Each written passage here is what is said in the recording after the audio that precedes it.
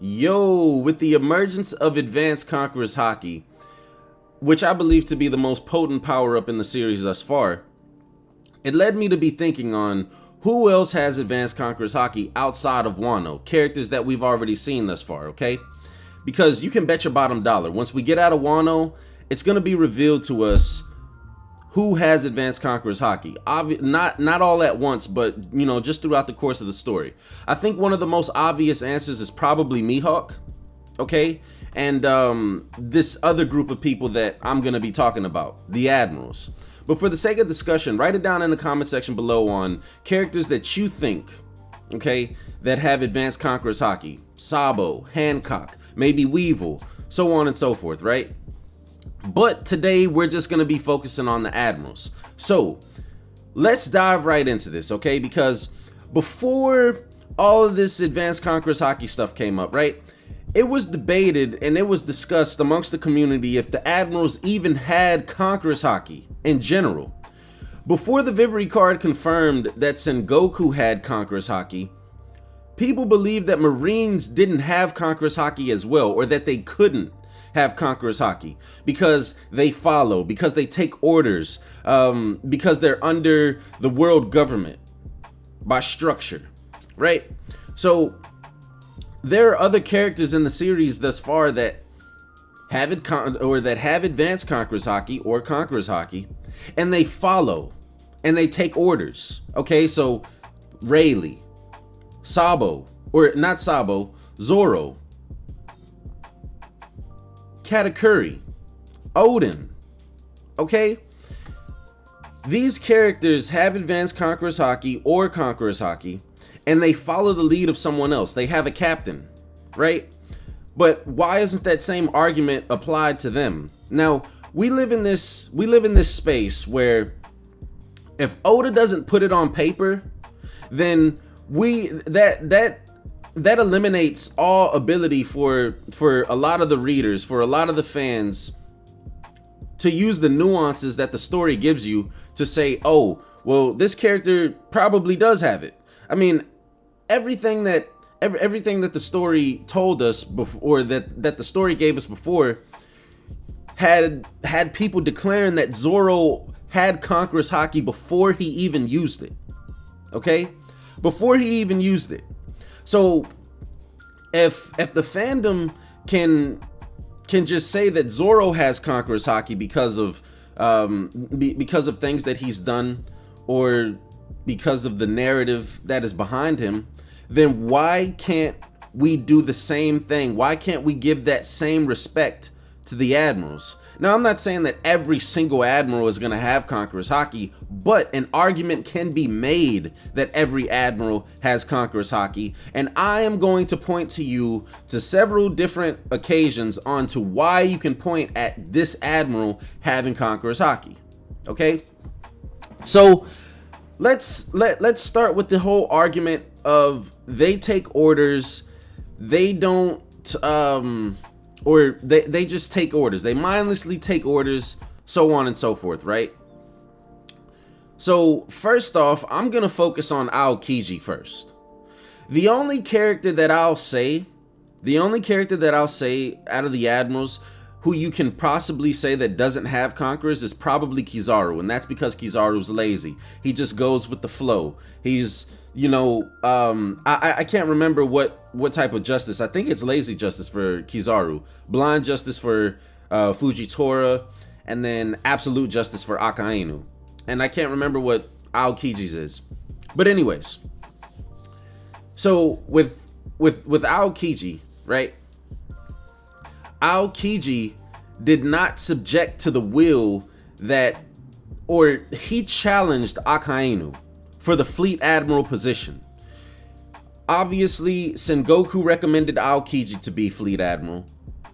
And then you have Akainu, who was recommended by the Gorosei. This led them on a collision course because they both did not want to bow to the other one. They did not want to let this man become the Fleet Admiral, so on and so forth, right? And that led them to fight. You could say it was a difference in ideals. You could say that it was sheerly because they wanted the position.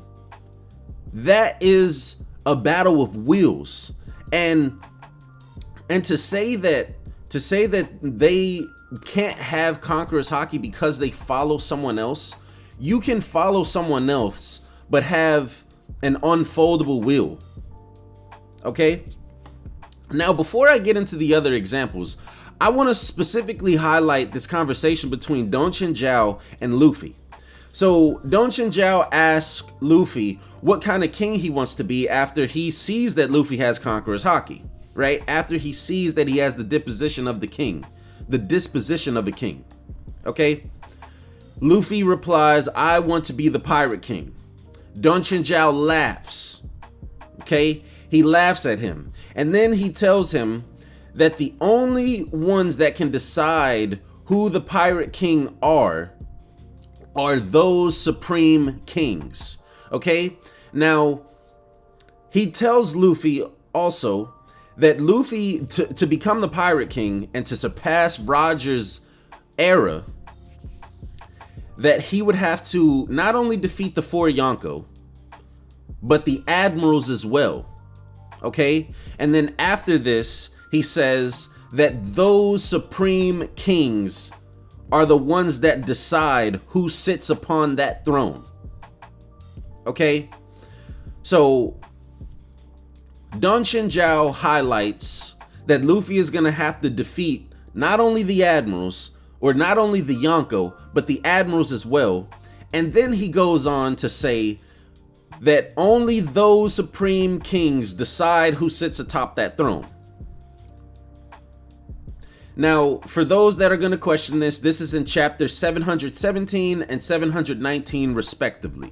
Okay, so go in and, write it down in the comment section what you think that is and what you think that who you think Don Chen Zhao is referring to whenever he says that those supreme kings. All right, and then I just want to mind you that the power of the king, or the king's haki, is referred to as the power of the supreme king. All right. So now, when you look deeper into this, those supreme kings, one would say whenever Rayleigh was given to Luffy what it takes to be a king, the qualities of a king, he says that most people that have this power throughout the world are people that have made a name for themselves.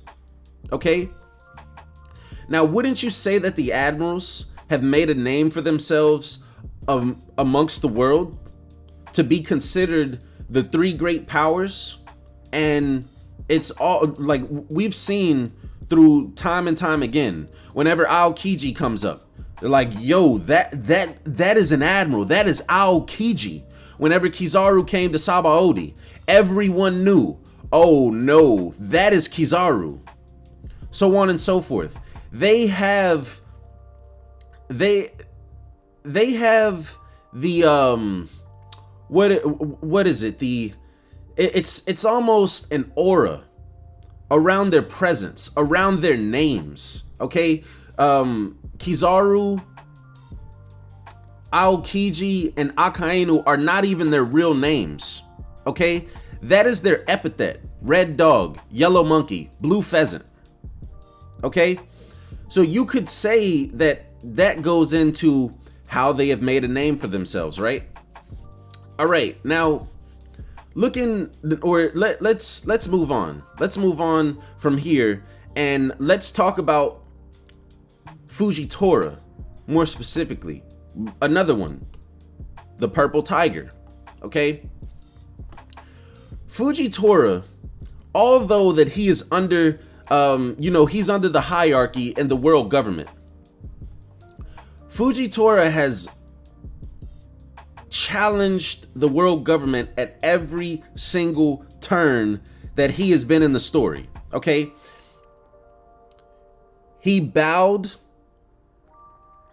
to King Riku on behalf of the world government to humiliate them, to show that they are not gods, that they're not above criticism. Everything that Fujitora has done has been for the for his will of abolishing the Shichibukai system. Then look at what he did. He challenged his superior in front of all, and he challenged the highest superior that he has in the Marines in front of all of his men and in front of all the Akainus, right? When Akainu was talking over the Den Mushi.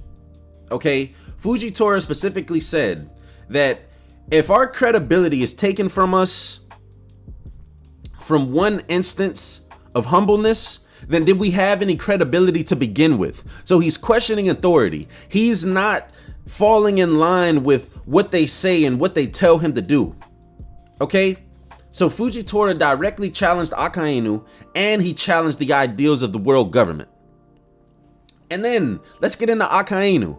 Akainu storms into the Gorosei's office and he tells them, yo, you guys gotta let me know whenever you decide to do something like this, because this makes me look bad.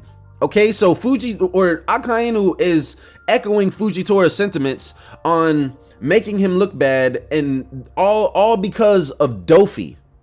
Okay, he went in there and said, yo, we're throwing the world into a frenzy all because of this guy.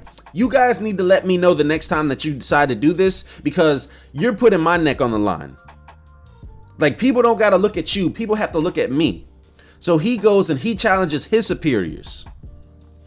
So once again, we have the Admirals challenging their superiors, or, well, we have two cases of that. Akainu doing that with the Gorosei, and then Fujitora doing that with the Gorosei indirectly, and then Akainu directly, right? Now, I will also say that when you look at Mihawk, okay, Mihawk is at the top of swordsmanship. The Admirals are at the top of the Marine Force, okay? They're the greatest fighting force at the disposal of the world government and the Marines. That is a fact. One of the three great powers, okay? So you have all of these instances where, and then if you look at Marineford, right? What were the Admirals all sitting on? And Garp falls in line with this as well. I believe that Garp has Conquerors Haki. They are all sitting on thrones, and they are kings in their respective right. They've climbed to the top of the ranks, and they're there. And then just to add one more thing, the Admirals have, or pre-time skip, they had advanced Haki techniques. You could say that they had advanced observation, and you could say that they had advanced armament. So let me ask, why wouldn't they have advanced conquerors? And why are they disqualified from being conquerors when they have climbed to the top of their ranks? They have made a name for themselves in the world of One Piece, and they are the mightiest fighting force under the Marines and the world government. So write it down in the comment section below. Let me know what you guys think. Do the Admirals have Conquerors Haki? And if you were to say the Admirals do, which Admirals? I'm going to go on a limb and I'm going to say Aokiji, or I'm going to say every single one of them is going to have Conquerors Haki. All right? Every single one of the Admirals are going to have Conquerors Haki. Write it down in the comment section below why you disagree or agree. Subscribe, all of that good stuff. Peace out, you guys. Have a great day.